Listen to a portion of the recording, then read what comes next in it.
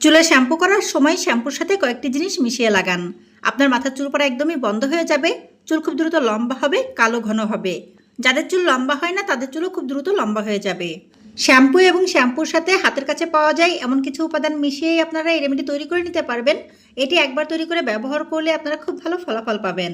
আপনারা যারা চুল নিয়ে পেরেশানিতে আছেন, মাথার চুল ঝরে পড়ে যাচ্ছে, চুল লম্বা হয় না, কালো হয় না, ঘন হয় না, তাদেরকে বলবো যে অবশ্যই আপনারা এই রেমেডি তৈরি করে ব্যবহার করবেন।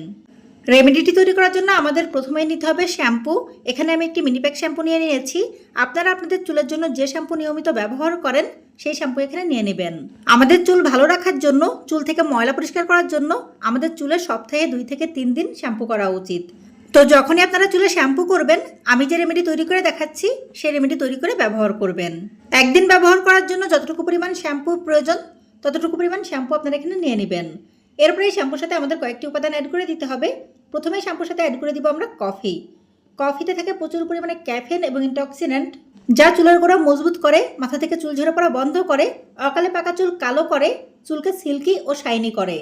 আপনারা অনেকেই হয়তো বা জানেন না যে কফি চুলে ব্যবহার করা যায়। আমার আজকের এই রেমেডি দেখে চুলে ব্যবহার করে দেখুন, আপনাদের কাছে অনেক বেশি ভালো লাগবে। তো কফি দিয়ে দেওয়ার পরে এখানে আমরা অ্যাড করে দিব নারকেল তেল।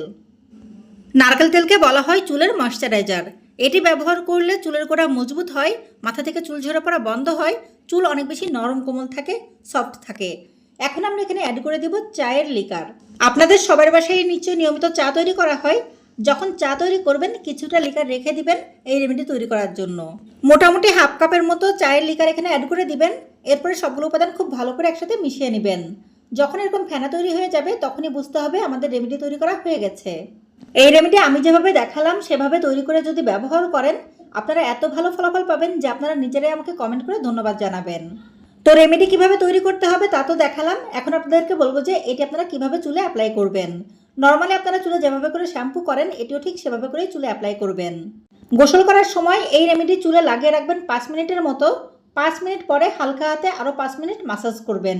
এরপরে পানি দিয়ে খুব ভালো করে ধুয়ে নেবেন। এটি একদিন ব্যবহার করলে আপনারা খুব ভালো ফলাফল পাবেন। সবসময় আপনাদের চুলকে অনেক বেশি সুন্দর রাখতে, মাথা থেকে চুল ঝরে পড়া বন্ধ করতে, চুলকে সিল্কি এবং শাইনি রাখতে সপ্তাহে 2 থেকে 3 দিন এটি ব্যবহার করবেন। আপনাদের যাদের মাথা থেকে চুল ঝরে পড়ে যায়, আপনারা যারা চুল নিয়ে টেনশনে আছেন, তাদেরকে বলবো যে আপনারা অবশ্যই এই সহজ রেমেডিটি তৈরি করে ব্যবহার করুন। আপনারা খুব ভালো ফলাফল পাবেন। আমি আমার এই চ্যানেলে নিয়মিত হেয়ার কেয়ার এবং স্কিন কেয়ারের ভিডিও দিই।